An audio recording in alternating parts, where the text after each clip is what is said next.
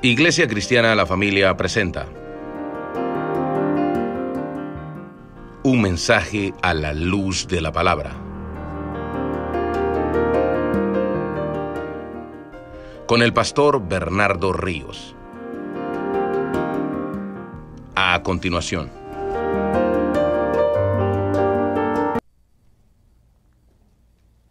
Capítulo 5, versículo 12.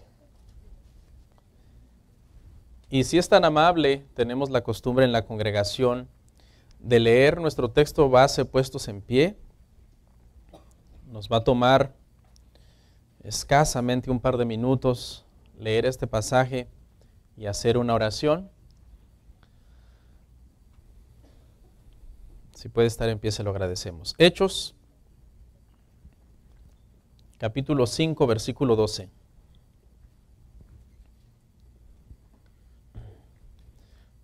Y por la mano de los apóstoles se hacían muchas señales y prodigios en el pueblo. Y estaban todos unánimes en el pórtico de Salomón.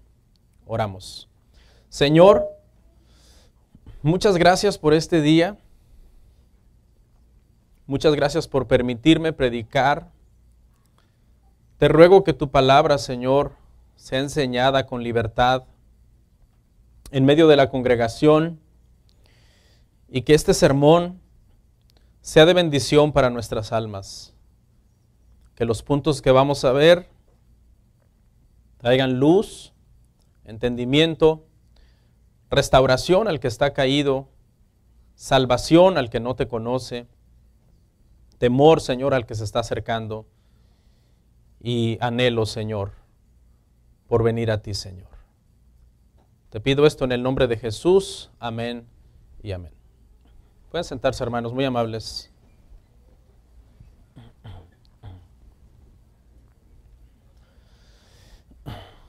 El día de hoy vamos a terminar el capítulo 5 de Hechos, hermanos.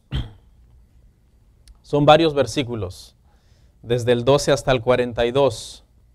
Pero con la ayuda del Señor, hermano, los vamos a ver todos hoy. Nuestro tema se titula ¿Cuál es la misión principal de la iglesia? En este caso le puse la misión principal de la iglesia. De eso es de lo que vamos a estar hablando el día de hoy.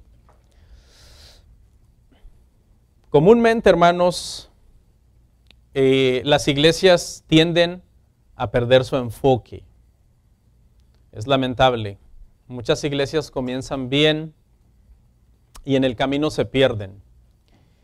Y en ese proceso pierden el enfoque de ¿para qué existen? ¿Qué son como iglesias? ¿Qué deberían de estar haciendo como iglesias? Le doy gracias a Dios porque creo yo, a menos que usted pues no esté de acuerdo conmigo y podemos diferir en esto, que Iglesia Cristiana La Familia es una iglesia que con el paso de los años no perdió el enfoque, sino que encontró el enfoque. Digo esto porque, como todos ustedes saben, en el año 2012 nuestra iglesia se volvió una iglesia reformada, una iglesia bíblica, después de haber estado operando por muchos años antes como una iglesia no reformada, donde teníamos muchos errores, lamentablemente. Entonces, hay iglesias que empiezan bien y con el tiempo pierden el enfoque, y yo le doy gracias a Dios que nosotros empezamos, creo, mal en muchas áreas, y con el paso del tiempo fuimos a las Escrituras para corroborar que si lo que estábamos enseñando estaba de acuerdo a la voluntad de Dios, y no nos tembló la mano ni nos dio miedo corregir muchas cosas y decir, aunque se vaya fulano, mengano o perengano, hay cosas que tenemos que corregir porque están mal. Cuando hablamos del enfoque de la iglesia, hermanos, y de la misión principal de la iglesia, eso es claro en las Escrituras. La iglesia puede hacer muchas cosas que son buenas y que es necesario hacerlas, y que gracias a Dios, creo yo, en esta iglesia se están llevando a cabo, pero hay una cosa que es la misión principal de la iglesia dentro de todas esas cosas. Y de eso es de lo que voy a estar hablando el día de hoy. Asegurarnos que en esa cosa que es la misión principal de la iglesia, hermanos, estemos haciendo lo mejor que podamos. Hay quien dice que la iglesia pues es un lugar de comunión entre hermanos y que es parte de nuestra espiritualidad. Y es cierto, congregarnos es muy importante para estar en comunión como miembros del cuerpo de Cristo. Otros dicen, todos los cristianos hemos sido llamados a ser sal y luz en este mundo para evitar que este mundo se corrompa y evitar que este mundo ande en tinieblas. Y es verdad, hemos sido llamados a ser sal, a ser luz, a hacer la diferencia en un mundo caído. Otros dicen la iglesia es un lugar de discipulado. Venimos aquí a escuchar la palabra, a escuchar el discipulado, porque por medio de eso estamos siendo llevados a la madurez, a ir alcanzando el carácter de Cristo en nuestras vidas. Y también es verdad, eso también es bueno y también es necesario. Otros dicen venimos a adorar, venimos aquí a reunirnos para que mientras que nuestros hermanos del grupo de adoración están ejecutando esa adoración y esos cantos, nosotros estemos adorando con ellos al Señor. Es el día del Señor, nos reunimos a adorar al Señor. Y eso también es verdad. Son importantes objetivos y cosas que logramos cada domingo cuando venimos. Pero en realidad, hermanos, el día de hoy vamos a ver que esa en sí, aunque es bueno y necesario, y no estoy diciendo con esto que vamos a dejar de hacer eso, la misión principal de la iglesia no es esa en la tierra. Y le quiero explicar por qué. Porque todas esas cosas que acabé de mencionar, un día las vamos a hacer mucho mejor todavía en el cielo. Pero hay una cosa que solamente podemos hacer en la tierra y que no podremos hacer mejor en el cielo. Esa misión es la misión de evangelizar. Y esa es la misión principal de la iglesia. La evangelización, el presentar el evangelio a aquellas personas que no han sido salvados, para que ellos al escuchar el evangelio, el Señor en su gracia y misericordia pueda hacer la obra de salvación en cada uno de los corazones. Eso es claro en las Escrituras. El Señor Jesucristo, antes de ascender, les dijo a sus discípulos, les dio la gran comisión y les dijo, id y haced discípulos. Y bautícenlos en el nombre del Padre, en el nombre del Hijo, del Espíritu Santo, enseñándoles todas las cosas que yo les he enseñado a ustedes. Y esa es la misión, hermanos, de la evangelización. Ese es el objetivo principal de toda iglesia. No estoy diciendo que las demás cosas que mencioné deben de ser quitadas, claro que no, pero lo que quiero decir es que no debemos perder ese enfoque de que como iglesia tenemos que hablar el evangelio a los que no son salvos. Esa es la única obra que no podremos hacer mejor en el cielo, porque en el cielo no vamos a evangelizar, pero las demás sí, las vamos a poder hacer en el cielo y mucho mejor de lo que las hacemos en la tierra.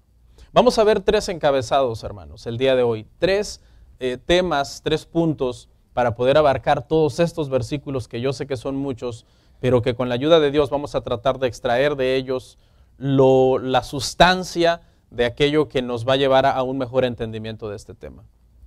Nuestro primer encabezado se titula Las obras poderosas de la iglesia primitiva. Y vamos a leer una vez más, empezando en el verso 12, Hechos 5:12 hasta el 16. Abra su Biblia, o si no trajo Biblia, en las pantallas van a ir apareciendo, hermanos, las citas. Y por la mano de los apóstoles se hacían muchas señales y prodigios en el pueblo, y estaban todos unánimes en el pórtico de Salomón. De los demás, ninguno se atrevía a juntarse con ellos, mas el pueblo los alababa grandemente, y los que creían en el Señor aumentaban más, gran número así de hombres como de mujeres, tanto que se sacaban los enfermos a las calles y los ponían en camas y lechos, para que al pasar Pedro, a lo menos su sombra cayese sobre alguno de ellos. Y aún de las ciudades vecinas, muchos venían a Jerusalén, trayendo enfermos y atormentados de espíritus inmundos, y todos eran sanados. Vamos a analizar esta porción primero. Lo primero que vemos aquí, hermanos, es que los apóstoles del Cordero eran hombres de Dios, llenos del poder de Dios. Hemos estado viendo que a lo que se dedicaban, y en el capítulo que viene, en el 6, lo vamos a seguir confirmando, los apóstoles, era a leer las Escrituras y a la oración. Y esa comunión íntima y constante con Dios permitía que ellos fueran personas llenos del Espíritu Santo, llenos de sabiduría, llenos de discernimiento. Todo lo que hacían tenía la mano de Dios y la bendición de Dios sobre cada cosa que emprendían. Eran dirigidos en todo lo que hacían. Necesitamos el día de hoy hombres de Dios como los apóstoles. No porque querramos llevar ese título, porque eso dejó de existir ya. No hay más apóstoles. Pero sí, porque debemos seguir con esa misión de ser hombres de Dios, que nos dedicamos a leer las Escrituras, a vivir en comunión con Dios en oración, para poder venir el domingo a la iglesia y poder alimentar al pueblo del Señor con las Escrituras. Se hacían muchas señales, dice, por mano de ellos. El Señor hacía muchas señales. Una señal es algo que te está indicando, que te está apuntando hacia algo. En este caso, todas las señales, prodigios, milagros y maravillas que hacían los apóstoles estaba apuntando hacia Cristo. Vimos un sermón que se llamó Un milagro que apuntaba a Cristo en la curación del cojo. Y lo pueden ver, está en internet. Estaban reunidos, dice, los cristianos en un lugar. Habían hecho de un lugar específico su lugar de reunión. Era el pórtico de Salomón. No tenían en sí un templo, como usualmente se le llama a nuestros edificios, aunque no son un templo en el sentido del Antiguo Testamento. No tenían un edificio en sí, pero habían hecho de este lugar, del pórtico de Salomón, un lugar donde constantemente estaban reunidos para adorar a Dios, para alabar a Dios, para hacer oración juntos como miembros del cuerpo de Cristo. Decía un dicho que leí por ahí esta semana, que en el siglo I a los cristianos se les perseguía porque se congregaban. Y hoy hay que perseguirles para que se congreguen. Los cristianos del siglo I, hermano, eran personas que estaban constantemente en la iglesia. Y la reunión no era fácilmente negociable por cualquier cosa que se les atravesaba. Los cristianos debemos cancelar cualquier cosa que no sea de primera importancia para poder estar en la congregación de los santos, el día del Señor, alabando al Señor, tomando la cena del Señor. Dice el pasaje, hermano, que de los demás ninguno se atrevía a juntarse con ellos. Y esto, cuando dice de los demás, se refiere a un grupo de gente curiosos. Había un grupo de gente curiosa que no se atrevían a juntarse con ellos. Y no era para menos, porque lo último que se había sabido de la iglesia cristiana es que un matrimonio que se llamaba Ananías y Zafira, que quisieron mentirle al Espíritu Santo, fueron ejecutados en el acto por el Señor a causa de ese intento de engañar al Señor y de mentir. Entonces, este grupo, hermano, de personas curiosas saben que la iglesia no es cualquier cosa. Ellos dicen, si vamos allí, en este lugar se juzga severamente al pecado. Por lo tanto, no podemos ir ahí a la ligera, y dice que entonces no se atrevían a juntarse con la iglesia. Aquí, hermanos, quiero hacer una pregunta con respecto a qué tan fácil debería de ser que las personas se unan a la iglesia de Cristo. Y voy a decir algo que quizás no va a sonar amable. Porque al parecer aquí, hermanos, estas personas entendían que unirse a la iglesia de Cristo no era algo que debía de ser tomado a la ligera. No se atrevían, dice, a juntarse con los cristianos. Porque esa iglesia se dieron cuenta que exigía santidad, que cuando alguien pecaba era confrontado y que si después de ser confrontado, hermano, era necesario, era disciplinado. Y que si después de ser disciplinado no había arreglo, era excomulgado de la iglesia. Y entonces, aquí es donde viene esta pregunta. ¿Deberían las personas unirse fácilmente y a la ligera a las iglesias? Los movimientos de iglesias modernas dicen o tienen un dicho, y el dicho va más o menos así. La puerta de enfrente de la iglesia debería de ser muy ancha para que todos entren. No importa qué sea, quién sea, a qué se dediquen, qué hagan, cuáles sean sus convicciones, que la puerta de enfrente sea ancha y que todos entren. Y el dicho sigue así. Y que la puerta de atrás sea lo más angosta posible, para que no importa qué tan impíos son esos que están allí dentro, les cueste salir. No hay que dejarlos salir tan fácilmente. Hay que dejarlos entrar fácilmente y hay que dejarlos que estén dentro y que hagan lo que se les venga en gana, que se congreguen cuando quieran, que tengan una mala actitud o una vida pecaminosa como se les dé el entendimiento humano de ellos, y cuando se quieran salir hay que retenerlos, no se vayan, aquí los vamos a seguir consintiendo. Por el contrario, la Biblia enseña exactamente lo opuesto. La Biblia enseña que la puerta de entrada de la iglesia de enfrente debe de ser lo más angosta posible, para que no entre cualquiera, sino solamente aquel que ha calculado el costo del discipulado.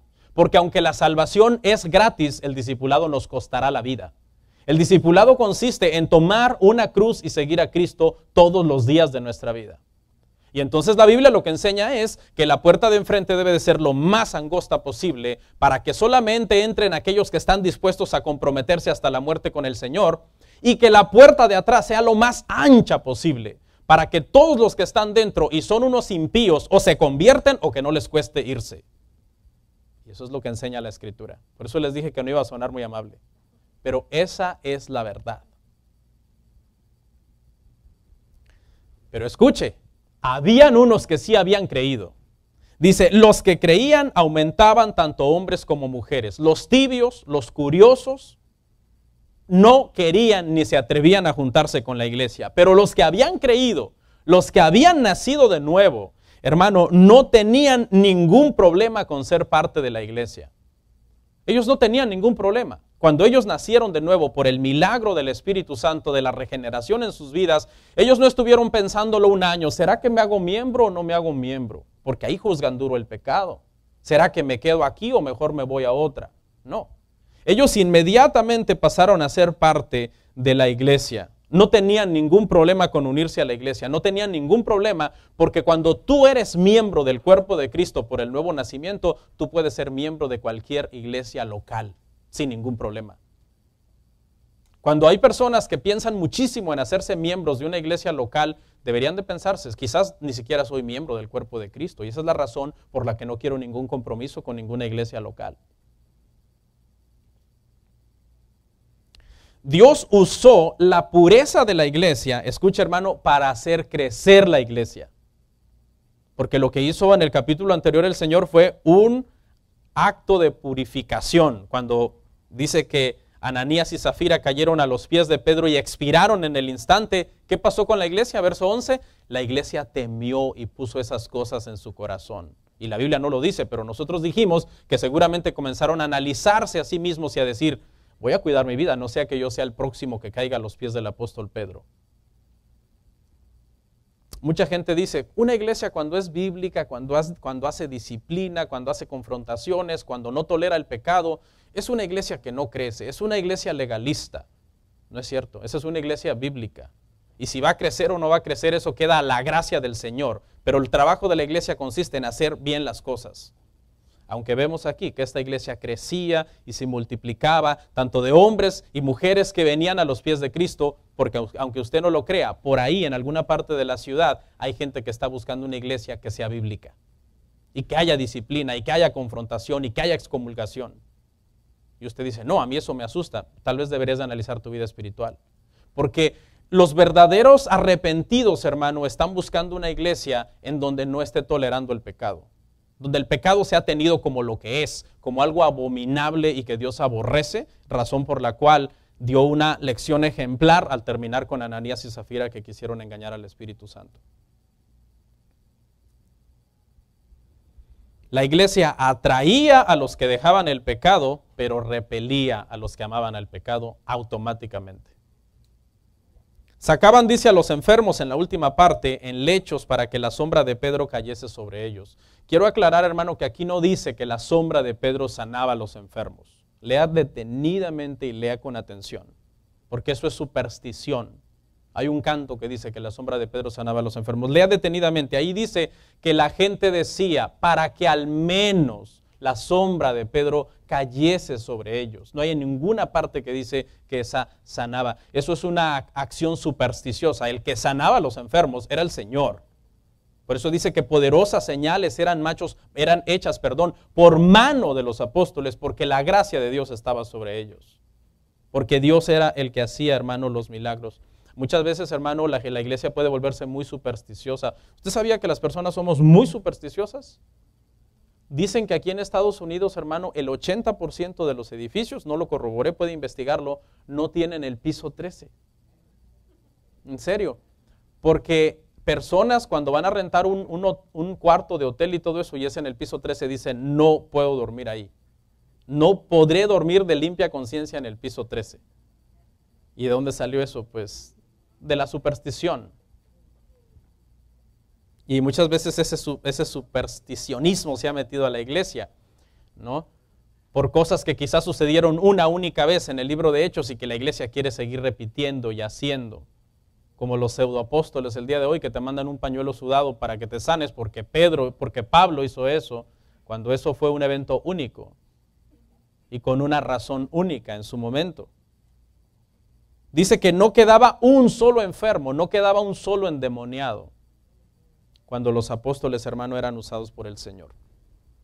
Y ahora vamos a ver nuestro segundo encabezado. Pedro y Juan son arrestados por segunda vez. Aquí vamos a leer bastante. Váyame siguiendo ahí. Hechos 5, 17 al 32. Váyame siguiendo ahí, hermanos. También los hermanos de multimedia, conforme voy leyendo, para que vayan cambiando a tiempo las citas. Entonces, levantándose el sumo sacerdote y todos los que estaban con él, esto es, la secta de los saduceos, se llenaron de celos y echaron mano a los apóstoles, y los pusieron en la cárcel pública. Mas un ángel del Señor, abriendo de noche las puertas de la cárcel y sacándolos, dijo, id, y puestos en pie en el templo, anunciad al pueblo todas las palabras de esta vida. Habiendo oído esto, entraron de mañana en el templo y enseñaban. Entre tanto vinieron el sumo sacerdote y los que estaban con él, y convocaron al concilio y a todos los ancianos de los hijos de Israel, y enviaron a la cárcel para que fuesen traídos. Pero cuando llegaron los alguaciles, no los hallaron en la cárcel. Entonces volvieron y dieron aviso diciendo, por cierto, la cárcel hemos hallado cerrada con toda seguridad, y los guardas afuera de pie ante las puertas. Mas cuando abrimos, a nadie hallamos dentro. Cuando oyeron esto, las palabras del sumo sacerdote y el jefe de la guardia, estas palabras, el sumo sacerdote y el jefe de la guardia del templo, y los principales sacerdotes dudaban en qué vendría a parar aquello. Pero viniendo uno les dio esta noticia: he aquí, los varones que pusisteis en la cárcel están en el templo y enseñan al pueblo. Entonces el jefe de la guardia con los alguaciles fue con los alguaciles, y los trajo sin violencia, porque temían ser apedreados por el pueblo. Cuando los trajeron, los presentaron en el concilio, y el sumo sacerdote les preguntó diciendo: ¿no os mandamos estrictamente que no enseñaseis en ese nombre? Y ahora habéis llenado a Jerusalén de vuestra doctrina, y queréis echar sobre nosotros la sangre de ese hombre. Respondiendo Pedro y los apóstoles dijeron: es necesario obedecer a Dios antes que a los hombres. El Dios de nuestros padres levantó a Jesús, a quien vosotros matasteis colgándole en un madero. A este Dios ha exaltado con su diestra por príncipe y salvador, para dar a Israel arrepentimiento y perdón de pecados. Y nosotros somos testigos suyos de estas cosas. Y también el Espíritu Santo, el cual ha dado Dios a los que le obedecen. Respiren. Leímos bastante. hasta el verso, se me olvidó decirles, creo hasta qué verso, hasta el 32. Ahí leímos y luego ya el resto será el último encabezado. Pero aquí, hermano, lo que vemos es, ¿se acuerda que los apóstoles ya fueron puestos presos en una ocasión? Por eso le puse por título, Pedro y Juan son arrestados por segunda vez, porque apenas habían estado presos por haber sanado a este cojo de nacimiento en el templo. Dice que vienen una vez más, el sumo sacerdote y los que estaban con él y con ellos, se llenan de celos, porque les habían prohibido predicar y los están viendo que están predicando una vez más. Entonces el segundo arresto prácticamente era algo inevitable. Les habían prohibido hacer algo expresamente y los apóstoles fueron a hacer exactamente lo que les habían prohibido. Desobedecieron deliberadamente a las autoridades. Como dijimos, la confesión de fe lo que enseña es que cuando nosotros nos toca enfrentar entre obedecer a las autoridades, cuando éstas entran en conflicto con lo que Dios manda, se obedece a Dios. Entendiendo que también la Biblia, Romanos 13, nos manda sometimiento a las autoridades. Pero cuando estas entran en conflicto con lo que Dios nos manda, se obedece a Dios. Y eso es lo que habían hecho los apóstoles. De hecho, más adelante se lo repiten, porque ya se lo habían dicho anteriormente. Juzguen ustedes si es menester obedecer a ustedes, que son hombres, o a Dios que nos ha mandado. Les echan mano, dice, los ponen presos. Pero hay un detalle. En Hechos y en las epístolas, hermano, estar presos nunca fue un impedimento para predicar. Nunca. Donde los apóstoles estaban, mientras hubiera un inconverso, ellos lo evangelizaban. Así que la cárcel no fue un impedimento. ¿Se acuerdan en Hechos 16? Lo vamos a ver cuando lleguemos ahí, que ponen ahí a Pablo y Silas y lo único que produce eso es la conversión del carcelero y de toda su familia. Los apóstoles, hermanos, siempre andaban viendo a quién evangelizar. Ellos no perdían tiempo. Cuando conocían a un inconverso, hermano, fuera rey, fuera gobernador, fuera procurador, fuera soldado, fuera juez, fuera sumo sacerdote, fuera guardia, fuera quien fuera, ellos le hablaban el evangelio, le presentaban el evangelio de salvación, porque ellos entendían que esa era su misión principal.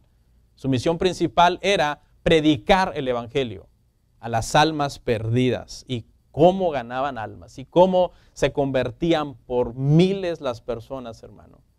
Por eso decimos que la iglesia primitiva ha sido cuando la iglesia ha estado en su mayor estado de inocencia y por lo tanto en su mayor estado de pureza. No dejaban ir a uno solo sin hablarle de Cristo. Pero ¿qué había pasado? Cuando los ponen presos, dice que un ángel del Señor les abrió las puertas de la cárcel y los mandó a predicar. Y esto es una cachetada con guante blanco, como se dice, a los saduceos. Porque los saduceos no creen en los ángeles. Y son los perseguidores de los apóstoles. Y un ángel es el que les abre la puerta de la cárcel y los manda a predicar. Así que era una refutación épica de la doctrina de los saduceos, que no creían en los ángeles. El hecho que un ángel del Señor fuera a sacar a los apóstoles, hermanos, de la cárcel. Hay quien dice por ahí que esta palabra ángelos, del griego ángelos, no necesariamente significa un ser sobrenatural, un ángel en el sentido de ángel, como nosotros entendemos los ángeles, porque también significa mensajero y que también pudo haber sido un hombre, meramente un mensajero enviado del Señor, un hombre, pero eso no entra con el contexto de la Escritura, porque más adelante en el capítulo 12 Pedro vuelve a la cárcel y un ángel literalmente lo saca, abriendo las puertas de forma milagrosa y rompiendo todas las cadenas que estaban atando al apóstol Pedro. Entonces, mi postura es que aquí sí es un ángel, no un humano, ya que Hechos relata constantemente la intercesión de ángeles por los cristianos.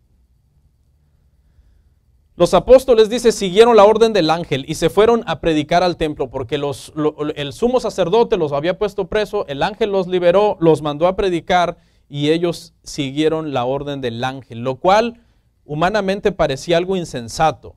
Te acaban de poner preso. ¿Por qué? Por estar predicando. ¿Y qué vas a ir a hacer ahorita? Ahorita después de salir de la cárcel vamos a ir a predicar. Parecía algo insensato, pero ¿sabe qué? Los apóstoles no se preguntaban, ¿es seguro hacer esto? La pregunta que se hacían es, ¿Dios ha mandado hacer esto? Y así es como ellos se dirigían.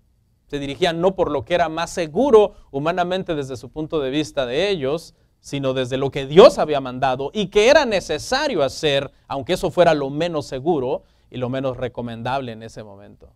Pero es necesario obedecer a Dios antes que a los hombres. Cuando las autoridades se dan cuenta que la cárcel está vacía, dice, y los apóstoles están predicando, hermano, en el templo, se enfurecen. Porque estos no han salido de la cárcel para esconderse, lo cual hacen todos los que salen de una cárcel, ¿qué hacen? Que se escapan de la cárcel, ¿qué hacen? Esconderse. Pero estos no, estos salieron a estar en un lugar público a seguir predicando. El evangelio los vuelven a traer, son llevados nuevamente ante el concilio, son confrontados y se les hace una pregunta y les dice, no les mandamos estrictamente que no hablaran más del nombre de Jesús. Dice, no, al contrario, nosotros les mandamos que no hablaran estrictamente en el nombre de Jesús y ustedes lo que han hecho es llenar toda Jerusalén con la doctrina de Jesús. Eso es lo que habían hecho, exactamente lo opuesto. Las sectas judías, como los fariseos, los saduceos, estaban muy preocupados porque se daban cuenta que este movimiento del cristianismo no era un movimiento débil como ellos creían y que en cualquier momento desaparecería, sino que el poder de Dios estaba con ellos y tenía una fuerza arrasadora que estaban ganando a todo el que se le atravesaba por medio del evangelio. Más adelante vamos a ver que incluso sacerdotes comenzaron a convertirse, hermanos, al evangelio. Nadie podía parar ese movimiento. Y nadie lo podrá parar jamás. Mientras el Señor no vuelva en su segunda venida, ni el Hades, ni el infierno, ni nada prevalecerá, hermanos, en contra de la iglesia. Y Pedro les repite la fórmula, les dice, es necesario obedecer a Dios antes que a los hombres. Siguen firmes en su misión de ser testigos, dice Pedro, de lo que han oído, de lo que han visto. Dicen que un hombre que lucha por la verdad se vuelve una persona muy difícil de parar, muy difícil de detener. Y eso era lo que eran estos hombres. Pedro y Juan eran hombres que estaban luchando por una verdad que ellos habían visto. Habían visto al Señor resucitado, habían visto todos los milagros que Él hizo, la sabiduría que Él tenía, cómo el evangelio, hermano, era el poder de Dios para cambiar a las personas. Y por último, nuestro último encabezado el día de hoy, Gamaliel intercede por los apóstoles. Vamos a leer, hermanos, del verso 33 hasta el 42. Hechos 5, 33 al 42.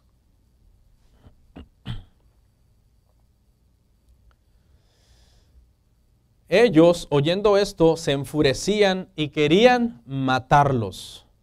Entonces, levantándose en el concilio un fariseo llamado Gamaliel, doctor de la ley, venerado de todo el pueblo, mandó que sacasen fuera por un momento a los apóstoles. Y luego dijo, varones israelitas, mirad por vosotros lo que vais a hacer respecto a estos hombres. Porque antes de estos días se levantó Teudas diciendo que era alguien. A este se unió un número como de 400 hombres, pero él fue muerto y todos los que le obedecían fueron dispersados y reducidos a nada. Después de este se levantó Judas el Galileo en los días del censo y llevó en pos de sí a mucho pueblo. Pereció también él y todos los que le obedecían fueron dispersados. Y ahora os digo, apartaos de estos hombres y dejadlos, porque si este consejo o esta obra es de los hombres, se desvanecerá, mas si es de Dios, no la podréis destruir. No seáis tal vez hallados luchando contra Dios. Y convinieron con él, y llamando a los apóstoles después de azotarlos, les intimaron que no hablasen en el nombre de Jesús, y los pusieron en libertad. Y ellos salieron, lea conmigo con atención, ellos salieron de la presencia del concilio gozosos de haber sido tenidos por dignos de padecer afrenta por causa del nombre, y todos los días en el templo y por las casas no cesaban de enseñar y predicar a Jesucristo. Lo primero, la primera reacción, hermano, de estos enemigos de ellos es que los querían matar. Se sentían sumamente desafiados porque se les había prohibido hablar en el nombre de Jesús y los apóstoles no los obedecían. ¿Sabe que hay gente que cuando les presentamos el evangelio, porque Pedro y Juan les predican a estas autoridades también, les presentan el evangelio para que ellos se arrepientan, pero ellos no se arrepienten, ellos endurecen su corazón contra el evangelio. Y esto es algo que sucede cuando nosotros le predicamos el evangelio a ciertas personas. Ciertas personas se convierten a Cristo y pasan a ser nuestros hermanos en Cristo. Pero también cuando les predicamos el Evangelio a ciertas personas nos odian y nos quieren matar. Esas son dos reacciones que obtiene la predicación del Evangelio cuando nosotros lo presentamos, y tenemos que ser conscientes que eso es lo que conlleva, y ser valientes y seguirlo presentando, obviamente con gracia, a pesar de que muchas veces lo único que nos gane es, nos ganemos sean detractores en lugar de seguidores del Señor. Dice que entonces, hermano, las autoridades los quieren matar. Y no están jugando, ¿eh? Ya mataron al Señor Jesús. Y en el capítulo 7 matan a Esteban. No están jugando. Esta gente eran de temer. ¿Ok?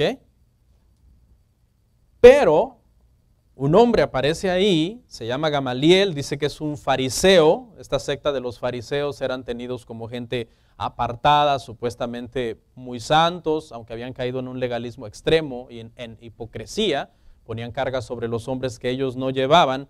Pero sin embargo este hombre es tenido como un hombre de mucho respeto en Israel, es un hombre venerado y respetado en Israel, y él es el que intercede por ellos. De hecho, se creía que era un hombre pero tan sabio, que se le llamaba la hermosura de la ley a Gamaliel. No era cualquier persona.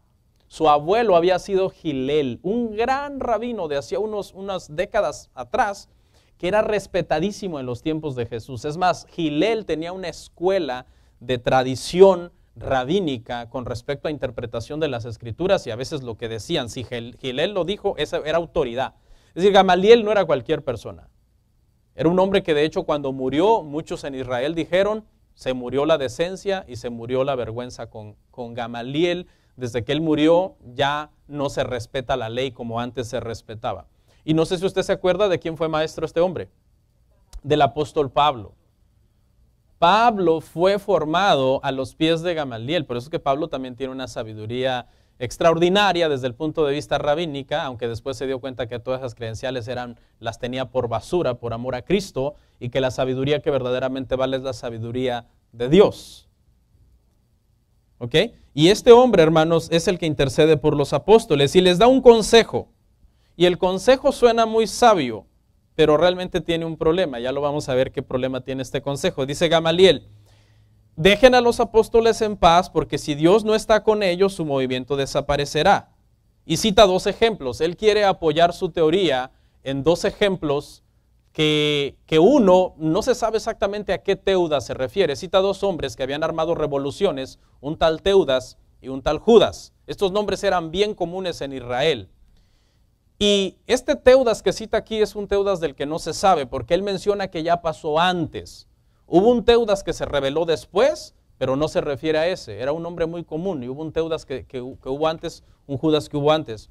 Porque en Israel, hermano, era muy común que alguien se proclamaba una especie de redentor o salvador de Israel, y hacían como un movimiento revolucionario para poder liberarse de Roma. Y eso era muy común, y algunos de ellos hasta se proclamaban Mesías, hasta proclamaban que iban a hacer milagros. ¿Ok? Y entonces Gamaliel cita a estos dos. Por ejemplo, Judas había sido un revolucionario que por ahí, por el año 6, se había rebelado en contra de los impuestos bajo la siguiente premisa. Él decía, solamente hay un rey en el universo, es Dios, y solamente a ese rey se le puede pagar tributo. Todos los demás reyes no son reyes en realidad. Entonces pagar tributo a César es algo pagano. Nosotros no debemos de pagar tributo a César. Y eso trajo obviamente persecución contra él, porque todo el que se levantaba contra Roma era asesinado por Roma. De hecho, Jesús fue acusado de eso, de que él era un peligro contra Roma, cuando él nunca fue un peligro contra Roma. Él dijo, paguen sus impuestos. Él dijo, si un soldado te quiere obligar a llevar la milla, no se la carga una milla, llévasela dos. Jesús no fue un revolucionario contra Roma, Jesús fue un revolucionario contra el pecado. Pero estos dos ejemplos que cita Gamaliel sí fueron dos ejemplos de personas revolucionarios. Y él creyó entonces que este movimiento del cristianismo era algo parecido. Y él dijo, seguramente es un movimiento falso y este movimiento va a desaparecer. Ahora que ya mataron a su líder, a Jesús, va a durar por ahí un par de años y luego esto se va a desaparecer y ya no va a ser un peligro. No sé si ve el razonamiento que está mal, Dice Gamaliel en su razonamiento, si no es de Dios, va a desaparecer. Y si es de Dios, va a prosperar y no lo van a poder destruir. Y eso no es cierto. Porque si eso fuera cierto, entonces todos los movimientos y sectas que tenemos por ahí, que fueron fundados hace unos 200, 300 años y que no desaparecen, sino que cada día ganan más gente, como los testigos de Jehová, por ejemplo, entonces son de Dios, según el razonamiento de Gamaliel. Y no es cierto. Ese razonamiento está errado. ¿Y sabe cuál es la lección aquí? Que alguien puede ser tenido por sabio y su razonamiento realmente no es sabio. Eso pasa. Aún los más sabios pueden estar equivocados. Y entonces, hermano, ya para ir cerrando, después de esta intervención de Gamaliel, que pareció muy sabia, pero que realmente la sabiduría de los hombres no se compara con la sabiduría de Dios, pues por lo menos sirvió, y Dios usó ese razonamiento para que los apóstoles no fueran asesinados, sino solamente azotados. Pero suena fácil leer azotados, pero era una paliza, hermano. No era cualquier golpiza.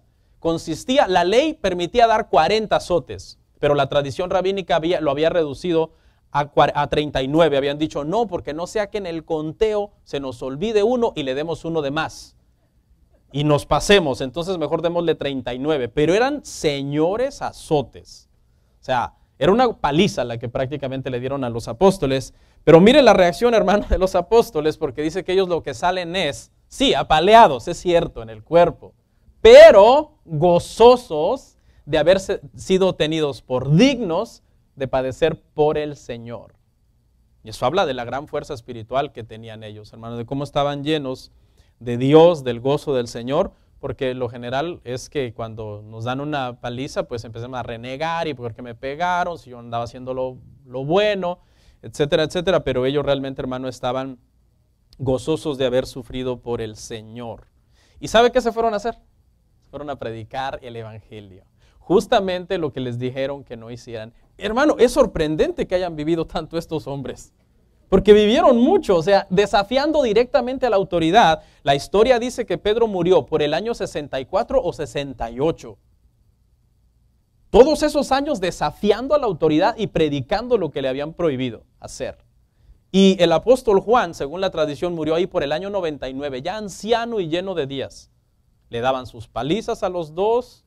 Pedro fue a la cárcel otra vez en el capítulo 12. Sufrieron bastante persecución, pero vivieron bastantes años a pesar de eso, haciendo la voluntad del Señor. Y por último, con esto concluyo. Vemos en este pasaje, hermano, 4 grupos cuando nosotros evangelizamos, 4 reacciones cuando nosotros evangelizamos. Usted escuchó el evangelio el día de hoy, ¿ok? Que Jesucristo de Nazaret murió en la cruz del Calvario para redimir a los pecadores, dijo Pablo, de los cuales yo soy el primero. Y vemos 4 reacciones. Los primeros, los que se convierten y se unen a la iglesia. Ahí están. Dice que muchos hombres y mujeres se convertían y se unían a la iglesia. Los segundos, los curiosos. Los curiosos, los que dicen, está bonito, me gustó. Pero eso de entregar mi vida a Cristo y comenzar a vivir para Él, no, eso no es para mí. Todavía estoy muy joven para eso. Los segundos, los hostiles. Las autoridades, aquellos que oyeron el evangelio pero endurecieron su corazón en contra del evangelio. Solamente Dios puede alcanzar a alguien así. Hostil y empeñado en rechazar a Cristo cuando Cristo lo único que le está ofreciendo es salvación y vida eterna. Y por último, los indiferentes, como Gamaliel, que bajo su razonamiento dice, está bien, no los maten, pero no me importa que los apalen. Y se mantiene con una actitud entonces indiferente hacia ellos, realmente de lo que pueda pasar con ellos. Quiso dar un consejo sabio, pero no estaba interesado en el evangelio, y el evangelio no dice que Gamaliel se haya convertido a Cristo más adelante. Y entonces te pregunto, ¿de qué grupo eres tú? Oramos.